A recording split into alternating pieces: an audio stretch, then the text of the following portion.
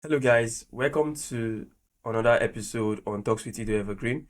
I think this should be the first episode of season two where we get to talk about front-end technologies, tools in the front-end space, get to talk with library maintainers, library experts, and software developers distributed all around the world. So for this particular episode, I brought in Tero to come have a discussion with me about Nue.js. So without wasting much time, let's quickly just jump right into the conversation. Hi, Tero. Hello, and hello, audience. How's it going? Quite good, quite good. I'm very addicted to this project and doing almost eight hours a day solely on this. No other time consumers at the moment. So very happy. Amazing. So let's quickly just jump right into it. So just give us a quick introduction of yourself, then you tell us what Nux is. Yeah, quick background from me. I've been in this front-end scene quite a long time. I mean, 25 years plus. And I'm mostly known for the last big project was called Riot.js. It was introduced quite soon after React came out. I was not happy with that stuff, and so I wanted to make a simpler alternative. I'm still not happy. I'm actually more angry, and why I started this project. The other two projects I'm known for is Flow Player. That's a video player. It's quite broadly installed in over the web, and those who are old enough to remember, I authored a library called jQuery Tools. So there are three quite big projects. jQuery Tools, for example, was on Microsoft front page by the time, and Flow Player is, I believe, at least 600,000 websites are using it. And now I'm doing this new, and this is by far the most ambitious project I've started. And All right. Yeah.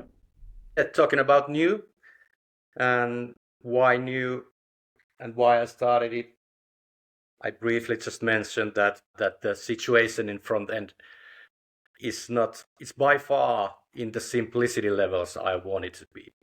I mean, it's really complex. If you just look at the gap between, there's these raw technologies, HTML and CSS, and then there's the end product with the UI UX. There's in the between, there's a huge amount of abstractions, and I mean, let's take React, Next.js, and put over a Tailwind, and you have like a three different custom languages and the compile times, and it's a huge stack in between the user interface and the core technologies.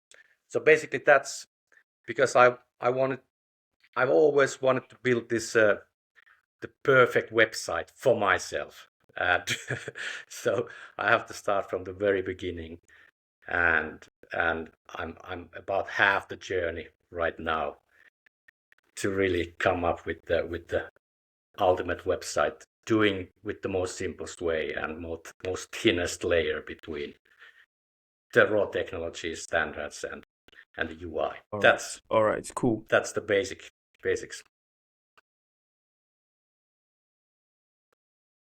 Going through the sites, going through the documentation, right? I actually saw the the tagline for new mostly is the design engineering framework, right? Mm-hmm. For web Mm-hmm. developers. So can you just give us a quick understanding of what that means? Because that's like the Mm-hmm. first thing you see when you come to the like you go on the documentation or on the landing site.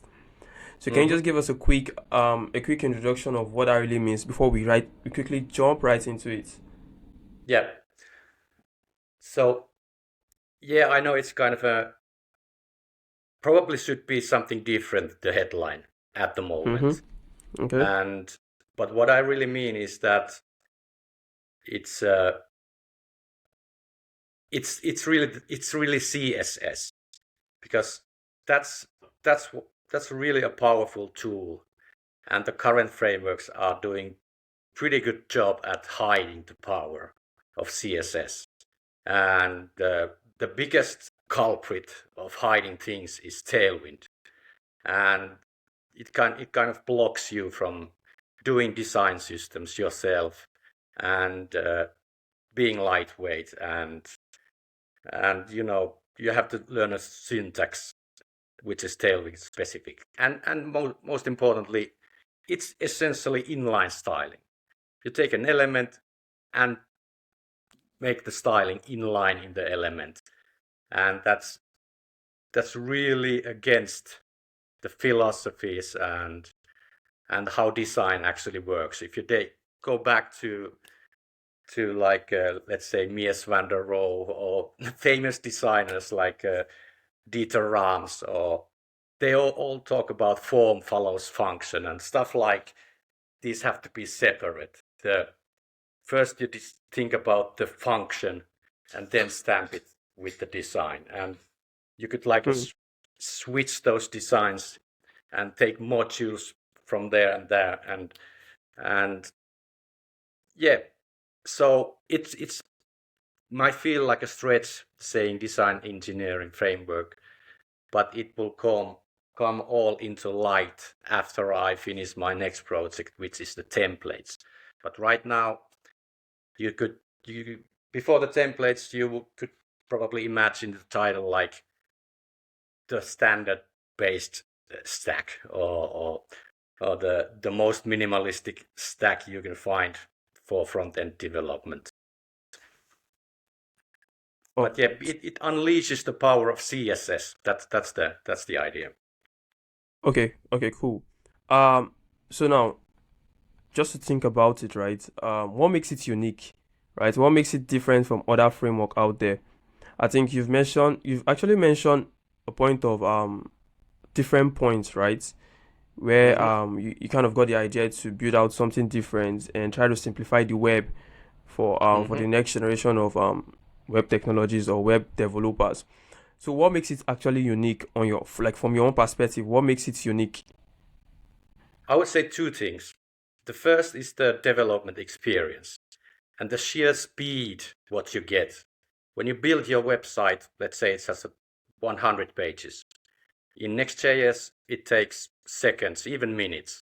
And with Nue, it's always under 100 milliseconds or even less. So it's when you press enter, it's ready. And the same experience goes when you launch the server and start editing your CSS files, your content files, what is called hot module reloading in Vite and Next.js. This is more like a universal thing.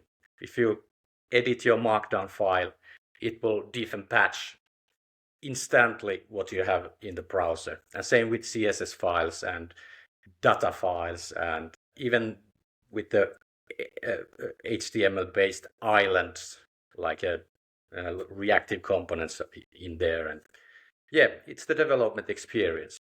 And the second thing is the clarity of the code. Right now, the code you are doing, it's essentially this monolithic JavaScript files, and they include everything, starting from images, and everything is, and it grows and grows, typically having hundreds of lines for landing page, let's say, and yeah. So the clarity of code means that you have the CSS separate, you have the content file separate, and you have the HTML layout separate, and the reactive components. It's clarity. So together with these two, it's the development experience really that sets it apart from the current mainstream frameworks. So I think at this point we could just quickly just jump into your slides, and so we have a broad understanding of what Nue is, right? So first off, before we do that, right? So why the name Nue? Like, why did you go with the name Nue? Sounds like Vue. Sounds like Vue. So why did you go with the name Vue? With the name Nue? Yeah. Yeah. So it's definitely rooted to Vue.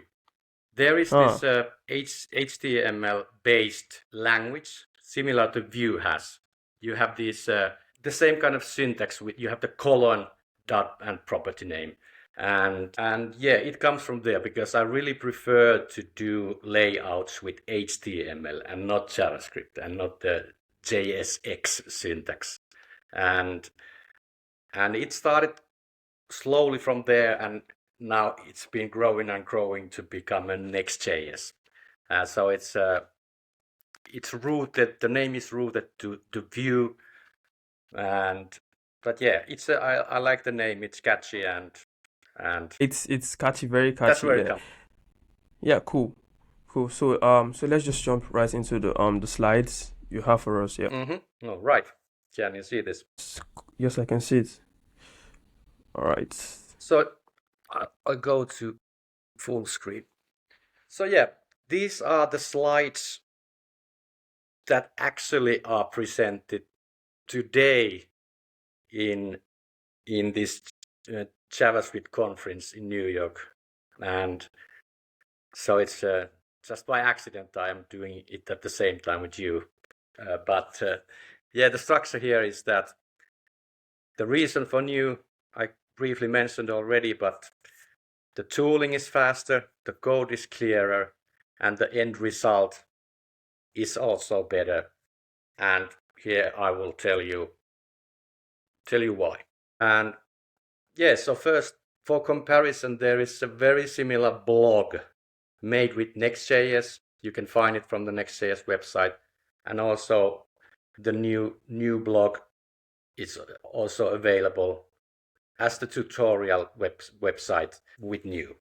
So here I can just compare how they have like 8 pages, I guess, both. And this is how Next.js compiles the whole thing. And you can just imagine if that the amount of pages goes 10 times. It's linearly slower. And here I press enter, it's 48 milliseconds. And roughly the same complexity. Yeah. The other point is that here are the reasons why it might be faster. The Next.js block, like I mentioned earlier, the web is full of abstractions and complexity. And here you can kind of see it where it comes from. There's 300 plus megabytes of stuff just to generate the block. And with Nue, it's like a 10 or more times smaller thing. And most of this is because of Lightning CSS. And otherwise, it's even super thin. And about tooling and the development experience, this is the third thing. And I'm talking about the hot module reloading, which in Next.js is only relevant for server components and client components. But when you edit content, the markdown files, styling, data, change pages, anyway, Nue is really pushing a lot to make this hot reloading thing very convenient. Here is an example where the data files are edited, and you can see that the hot module reloading does that. Same with the content files, and it's a really quick different patch. It's not a reload of a page. And then when you switch pages on the editor side, this also updates. And styling files, same thing. So it's a very reactive experience. Yeah, I covered the tooling side. And then yes, you could do that. Cool. That makes a lot of sense. So can you just tell us more about the hot reload, and because if we could go back to the beginning of the slide, can we go back like this? The initial parts, why Nue? Yeah, so we're really looking at three different let's say three different points, right? Standing point of why Nue is better. You said better tooling, better code, and better website. So can we just talk about the hot reload part? I think I'm mostly really interested in that part. Yeah. Let me just go there. So yeah, as you know, hot reloading is kind of what makes the development experience when you are making a website. That's really a crucial thing. And that's basically what's missing when you do pure HTML and CSS and stuff. That's kind of what's lacking when you want to just do with the standards. And that's really where Nue stands out. I call it universal hot reloading. Basically, all the asset types like data, content, styles, reactive islands, server-side components, whatever you edit, and you will see the browser keeping in sync. And it's not just a reload of the page, it's a very intelligent diff and patch system to keep it snap. And yeah, that's one of the biggest efforts put in the new development to keep that thing seamless. Yeah. So one of the reasons I call this a design engineering framework, that if you talk to a designer or if you think like a designer, it always starts with the content, not with the design, because there's no reason to make design before you have the idea of what's the function and what you are going to tell. Or even with the single page applications, you typically start with the data model and what's in the database. So, and the primary reason for that is that you start with the content. As every designer, if you go and interview a designer, they will say that content is the most important thing which defines the design. And here we compare how you will, in the previous slide, the comparison now is between Tailwind CSS front page and Nue front page. And Tailwind runs on top of Next.js, and the source code there. This is a very typical source code for anything more complex than a blog entry in Next.js. And it's always a JavaScript file. And it's this kind of a monolithic system where you will import footers and whatever it consists, they are all JavaScript. And in Nue, no matter what the complexity of the page is, it's always this content for first. Basically, this is Markdown, but with these little blocks and extensions, which look very much of Markdown. There's some embedded YAML in there for responsive images here, but yeah, it's all content, and the styling comes from CSS, and here, as you know, it's here embedded in line in the components with the Tailwind with the notation. Yeah, that's what I would say the most significant difference on how the code looks like. And here we are going to compare how this button is coded in Tailwind versus how this button is coded in Nue. In Next.js/Tailwind, it's again a React file. And here are the variants, primary, secondary, subtle. And it's all this Tailwind syntax everyone else than I know very well. I'm sorry, show the code. So yeah, those who write CSS and like it will definitely prefer this syntax. This is modern CSS, although this runs through Lightning CSS. Current browsers will understand this, and up to all the modern browsers, they currently understand nested CSS. Yes. So yeah, for my taste, this is standard, and this adds actually nothing to clarify the code. there are like even imported some CVA, whatever this is.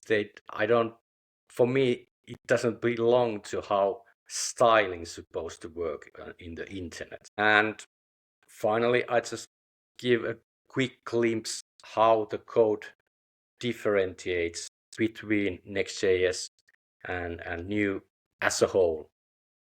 Kind of the difference here is that the mindset is with Next.js, you are constantly thinking about the JavaScript issues, like the architecture and the data model and everything like that.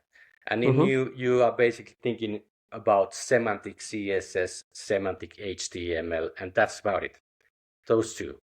And the code base, here's the difference. It's 95% of JavaScript or TypeScript. And this is 95% of CSS. So here you will probably understand why it's called design engineering. Because CSS is essentially design. And yeah, and the time your focus goes to debugging stuff, here it goes to how the design works and how the user experience is. And the amount of code is also in a different level. Although the functionality between these two sides it's identical. So in Next.js, there's this TSX files, and there's a lot of it. And in Nue, it's about structuring the CSS, the globals and libraries and content. That's the big difference. Finally, a little glimpse what happens when you focus solely on the CSS side of things. Okay. First of all, here's Next.js website, the documentation, a new documentation. And if you go browse these, they are pretty much identical. And here's the difference if you go to the browser developer console. This is what's there. The biggest file is 62 kilobytes of JavaScript. Here the biggest JavaScript file is 3 kilobytes. And the biggest file is under 10 kilobytes. And yeah, this is kind of it's fundamentally different. And yeah, 3.8 megabytes altogether, 300 kilobytes altogether. And because CSS is really, really good with motion, and there are the modern CSS, it's much different than what you see if you have coded CSS like 5 years ago. It's there's view and the view transitions is something that come naturally with Nue.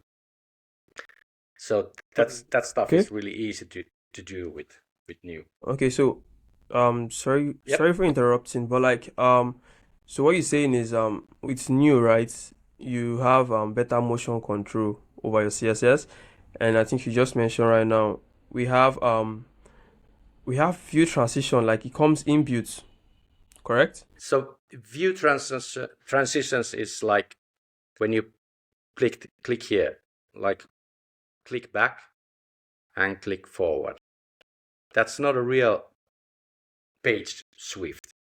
It's like you might know technologies like turbo links in where is this? This anyway. PJAX was the first thing to do turbo linking, essentially loading the page on the client side and not doing a full reload from the server. And view transitions is a very brand new JavaScript API. Correct. And Nue do both these things together. And when you want to style it, there is a CSS API to how the transitions work. And Nue documentation and Nue has been built from the ground up to give you these capabilities to make these view transitions as easy as possible and with standard-based code. Again, if you do view transitions, let's say in Astro, you will have these React components to deal with, not with the standard. Yeah. So that's another big difference. And right now I'm working on templates because CSS, most developers I talk to, they certainly say that I know CSS. And while they are writing Tailwind, they kind of, when you know the Tailwind properties, you kind of think that you know how CSS works. But I would argue that it's not that way. So this is why I'm building these templates to give like what's really possible with CSS, the modern CSS of today. There's, for example, this image. I go back. Oh, how can I? But anyway, this View Transition API provides these image transfers as well. If you click now the green one, it kind of seamlessly, even though the page switches, the image kind of stays the same visually. Just one thing that these templates will give you. Yeah, I will finish there. Can I now just push stop sharing? Yes, you can. All right, cool. So I think the particular slide you just take us through actually talks a lot about new, right? And I quite have a lot of questions in my head right now. I actually want to ask you about, based on the slides, but I'll make it really quick. So first off, right now, I'm thinking about preprocessors right now, right? Like SAS and I think that should be the most popular preprocessor out there. So It is. so does new actually support that? Because you said new is mostly focused on the design engineering, which is 95% CSS, right? So is there a support for like SAS preprocessors, or are we just looking at CSS? Because correct me, but like I feel like CSS is powerful these days, right? Like way powerful compared to like few years ago, 5 years ago, 3 years ago. We have a lot of new features that are all available on the browser, modern browsers actually. So is there a support for SAS? Is there support for preprocessors in new? Actually, no. I even went so far that wrote my own preprocessor at one point.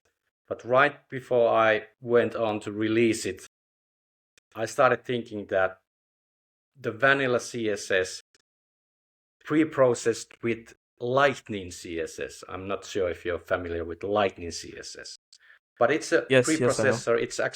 It's a, yeah. So it eats standard CSS, grabs here and there some modern stuff like color functions, and attempts to make some backward compatibility Mm-hmm. stuff. But basically, even that is not needed today. Modern CSS is well supported, all this nesting, color functions. Those two are the most important. And yeah, of course, flex grids are all there. I personally see zero reasons to use a preprocessor in 2024. There's several reasons. First of all, like the looping and variables, whatever the processor has those goodies 10 years ago can be mimicked with the standard. And also it's standard. When you write with CSS, with the standard, your product becomes timeless. Who knows in 10 years what happens, where if the SAS is an old school stuff.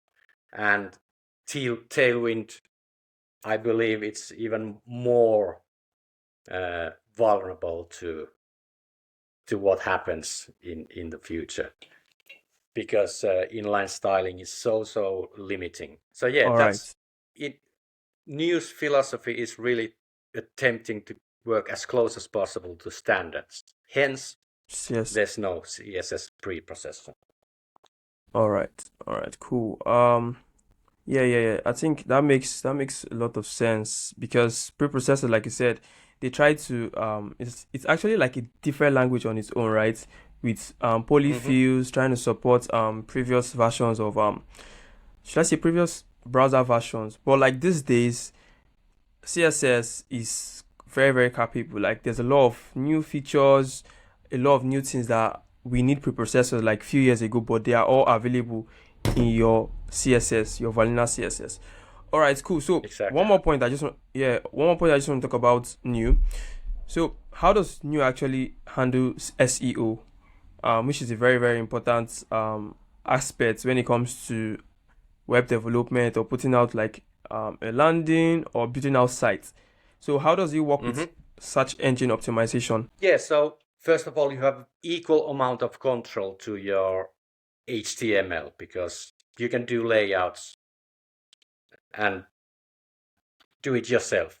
But because it's content first, most of the SEO stuff goes into the data files. Initially from the site YAML is the global data. Then you have block specific data. And finally you have it in the front matter segment of the markdown file. So it inherits all this data. And this data is parsed and the meta tags in the page are generated based on that. And of course, those custom markdown extensions are carefully written to have all the area extensions and whatever means necessary to make it as SEO possible as possible. So well thought out from the beginning. Yeah, correct. So since it's more like content first, I think SEO will be very, very like will be very, very what's the word now? Should be very good with Nue. Yep. Comes Yeah, so naturally. yeah, it comes naturally since it's just content first. Um so thinking about the learning approach for Nue, right? So for example, I'm a developer, I'm a front-end developer that wants to get acquainted with Nue. I want to get to work with Nue, right? And so what's the learning curve compared to someone coming from like a Next.js background, or should I say Angular background, right? So what's the learning curve, right, for Nue? Well, I would say dramatically leaner. As I told you, developers are told to learn the basics first, HTML, CSS, and all stuff. And then Correct. whatever framework you take, they next take you to this cryptic world of React and whatever framework of the day is. And there comes gazillion times of different APIs you have to start learning, and they don't really kind of map with the data, with the knowledge you have just learned from the basics of the web. And Nue doesn't do much extra. Basically, it's the view syntax you probably are familiar with loops and conditionals, and that's it. And you can start doing websites with the knowledge you have learned by reading MDN or whatever source you have taken for your standard knowledge. And yes, so I would say it's a no-brainer compared to mainstream frameworks. Okay, cool. So just to ask right now, thinking about, because we've mostly been talking about the CSS part, right? Thinking about the JavaScript aspects of Nue, right? So I just want to understand how does Nue actually handles that part, because you just mentioned loops, if statement, right? Conditional statements. So does that all happen inside the particular, should I say, the MD files, or is there a separate what's the word now? Is there a separate language engine? And what do I mean? So for example, in React, right? Yep. We have Yes. we have the JSX, right? So the JSX file mostly is where all the magic happens, right? So we have our components, we could import our components, we have the return statement, which is the JSX itself, right? For the content of the particular component or the particular site. So how does Nue actually handles that? So does Nue just make use of the MD files or the YAM files? So, or does Nue have a particular language structure or a language, yep, to handle the structure? Yeah. Definitely. So absolutely, it has to be there if you want to make complex applications, like I just showed you, the documentation area and stuff like that. So you have an HTML-based template language that works on both server side and the client side. On server side, you are doing these components. Yeah, it has a similar mental model as in React. You do components in there, and the components have a certain name. For example, if your component tag starts with an header, it Nue automatically detects that, okay, this is supposed to be the header of the website, and footer is the footer. And then if you give us with the special tagging, you give it a name sidebar, it goes into the sidebar. So it's like a modular server side, and you have slots to fill in. And these templates, they support this Vue kind of syntax, which I believe is even simpler than in Vue. And yeah, you have these data files, so you can, for example, define your navigation, and the templates file loops this navigation, and then it's rendered together with the markdown file to form the final HTML markup. And that's the server-side part. And then when your file ends with DHTML, those are the Nue detects that, okay, these are client-side components. So you can do like similar to React, you can do reactive components. And those are, if you have this markdown file, and let's say you have feedback form component, you write into the markdown feedback form, and then Nue automatically detects that, okay, you have this client-side component available and injects it there like an island architecture. Okay, cool. So amazing. So let's just quickly talk about the future of Nue. So what should developer expect from Nue? Because Nue is actually new. That sounds that sounds very, very interesting, right? So Nue is new, right? Nue is new in the JavaScript ecosystem. It's still new. So like, what could developer expect, right, from the from the development team at Nue? Yeah. So far, I've developed this framework. So I would say that this engineering part of the whole entity, and now right now I'm focusing on the design part. So this is the templates. So next huge release are the templates, and I've realized that nobody really understands what Nue is and what its benefits are until they see the templates. They can actually see with their eyes that this is what it can do. Yeah. And that's what I'm doing. And these templates will really show you the potential of Nue, and also people will see that, okay, CSS today is really that capable. And there's also, what I've been doing is called global design system. So there will be templates, like let's say 10 templates. They all inherit from this global design system. So it's very cheap to do a new whole different kind of design, because it inherits a lot of stuff from this global entity. And I have pretty clear picture in my head how this is all gonna pan out. The next one after these templates is gonna be single page applications, and there is also a lot of room to in my mind to fix the ecosystem, how much simpler you can do single page applications than what you can do now. And all the way, if all this goes well, I mean, I will on each step, of course, validate that if this gets traction, I will continue.